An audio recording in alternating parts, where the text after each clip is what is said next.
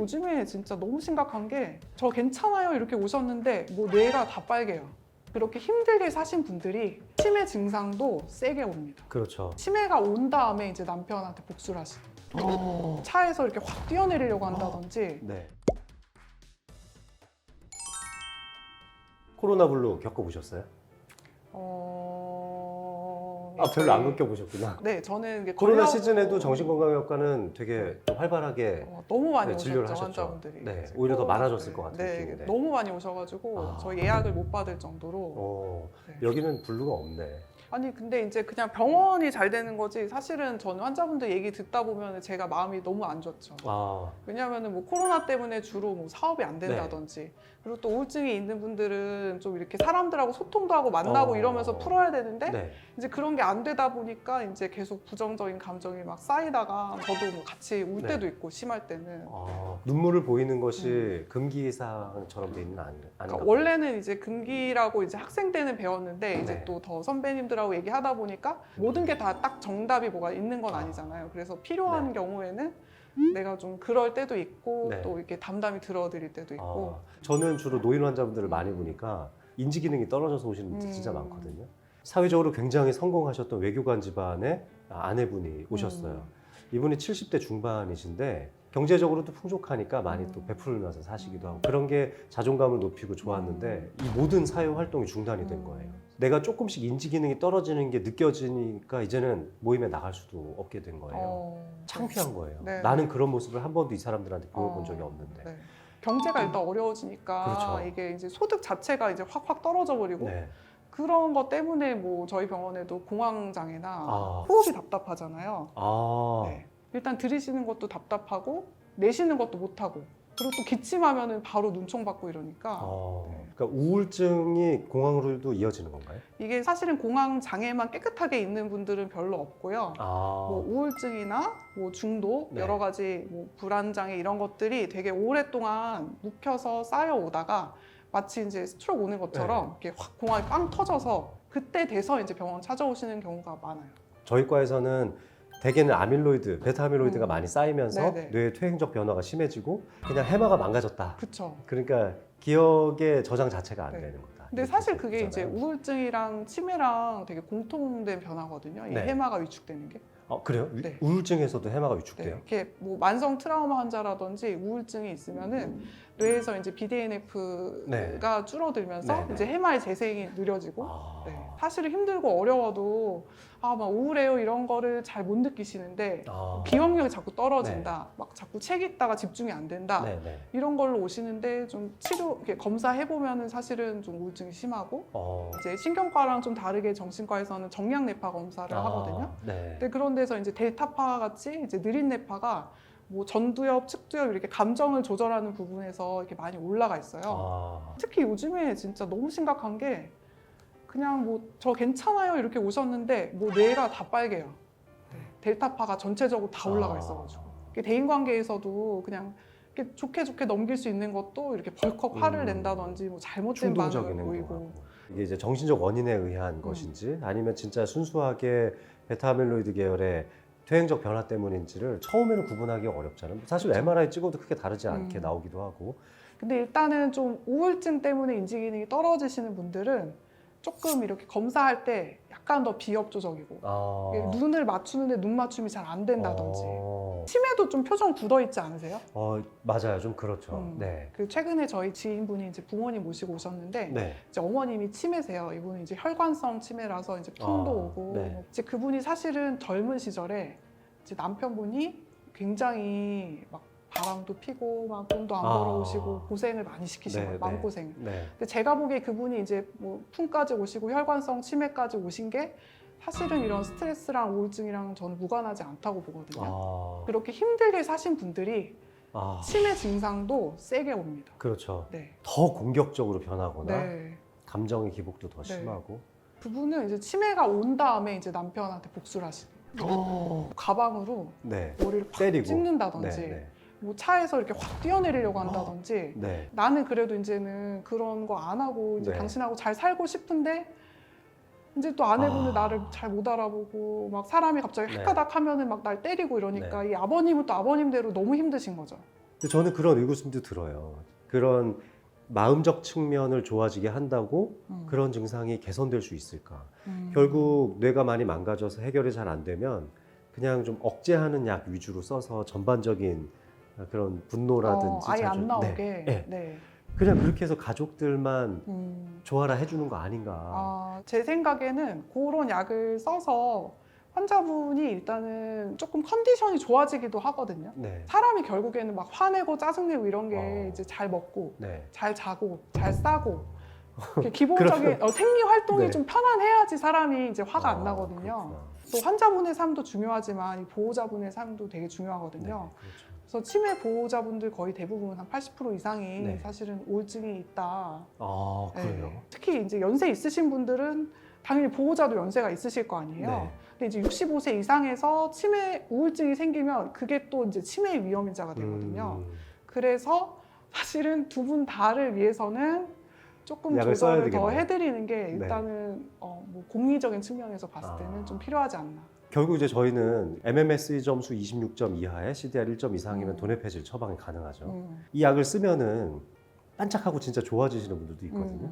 근데 우울증에 의한 치매 환자한테는 별로 소용이 없는 것 같아요. 확실히 그건 소용이 없고 이제 그럴 때 세로토닌 제흡수 억제제를 쓰면은 좋아지는 경우가 있는데 많이 좋아지시죠. 네, 세로토닌 제흡수 억제제는 좀 오래 써야 좋아지더라고요.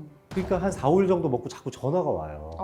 이거 뭐 별로 효과 없다. 별로 효과도 없는데 뭘 먹으라고 하냐. 그래서 저는 저희 병원 오시는 환자분들한테 항상 경과를 설명드리는 게 이거는 이제 뇌에 직접적으로 호르몬을 분비시키는 게 아니라 간접적인 방향으로 작용해서 뇌의 회로를 재생시켜주는 약이니까 한 달 치료하면 반 좋아지고 한 3개월 치료하면 거의 완치되시거든요. 근데 이제 3개월 되면 이렇게 좋아지니까 환자분들이 이제 다 나았어 이렇게 하고 끊어요. 끊으시는 경우가 많은데 그러면 대부분 한 한두 달 내로 오세요.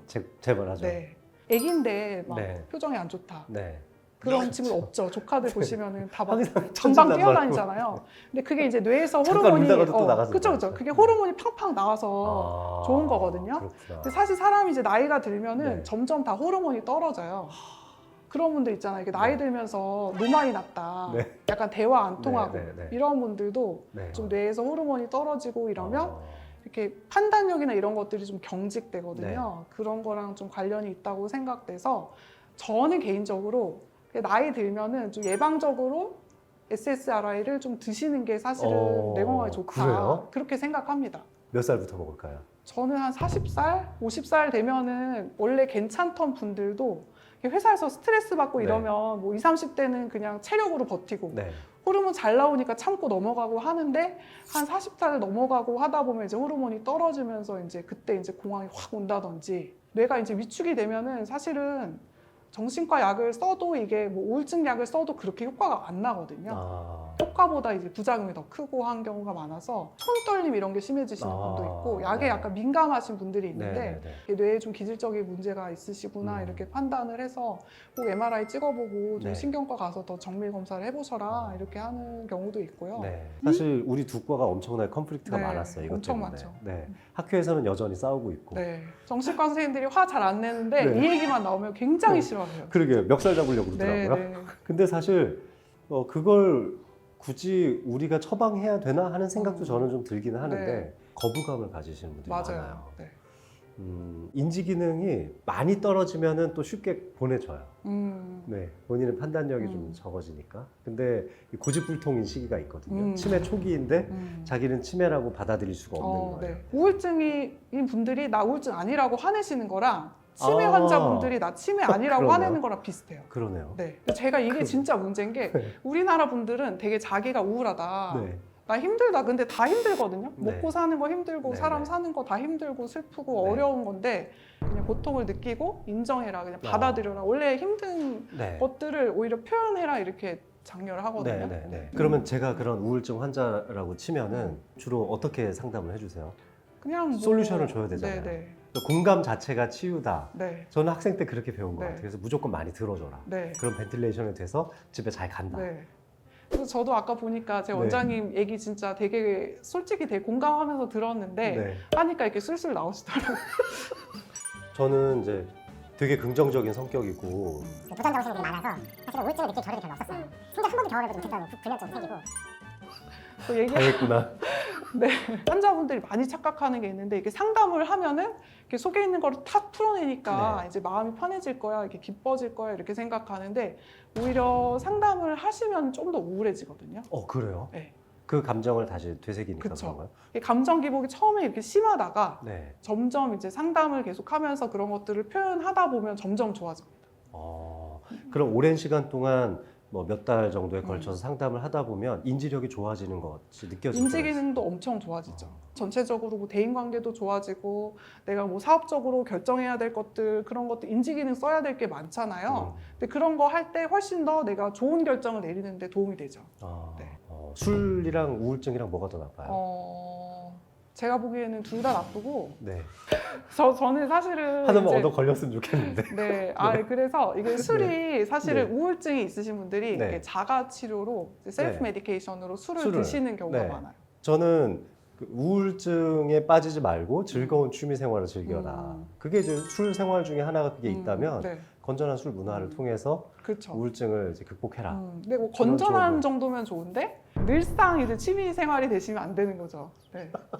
처음에는 술 마시면 이렇게 기분이 올라가요. 네. 나중에 이제 내성이 생겨서 술을 안 마시면은 평범한 기분이 안 돼요. 아, 네. 그래서 그때 되면 이제 오시게 네. 되죠. 이미 이제 중독 네. 증상으로 넘어가는 네, 거예요. 네. 제가 예전에 알코올 중독도 치료 오래 했었거든요. 네. 술을 끊어야 된다고 제가 많이 생각을 하는 게 네. 이게 이제 술을 마시면은 성격이 바뀌어요. 성격이.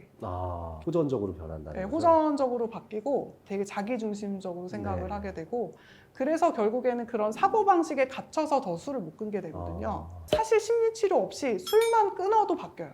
즉각적으로 뭔가 이렇게 자극이 오는 거에만 이렇게 끌리는 이런 사고방식에서 좀 여러 가지를 좀 고려할 수 있는 그런 쪽으로 좀 인지기능이나 성격이나 이런 네. 것들이 좀 바뀌는 것 같고 네. 너무 저를 원장이 자꾸 술로 이제 슬픈 감정을 누르시면 네. 안 돼요. 네.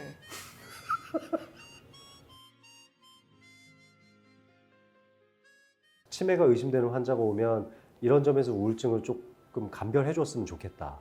그리고 이런 환자는 정신과로 보내줬으면 좋겠다. 그런 제안을 한번 해주신다면.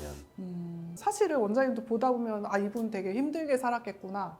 스트레스 많이 받았겠구나 이런 것들 있죠. 네네. 최근에 안 좋아지기 한 2, 3년 전쯤 사이에 뭐 가족이 죽었다든지 그렇죠. 뭐 실직을 했다든지 네네. 뭐 사업이 어려워졌다든지 이런 스트레스 요인이 좀 있으면 신경과 치료를 하더라도 같이 병행될 때 이게 같이 시너지가 나면서 더 좋을 것 같다고 생각하거든요. 그렇군요. 저도 이제 역으로 제안을 드리자면은 우울증과 같은 이제 정동장애 관련한 문제가 생겼을 때에도 그 이제 기질적인 문제에 대한 평가 많이 하시지만 MRI 촬영을 꼭 해봤으면 좋겠다는 생각이 들고요. 특히 이제 젊은 시절에 술을 많이 드셨던 분들이 네, 이 컨투전에 의해서 타박에 원장님 의해서 자꾸 네. 저 볼 때마다 이게 네. 틀려 하시는 것 같은데.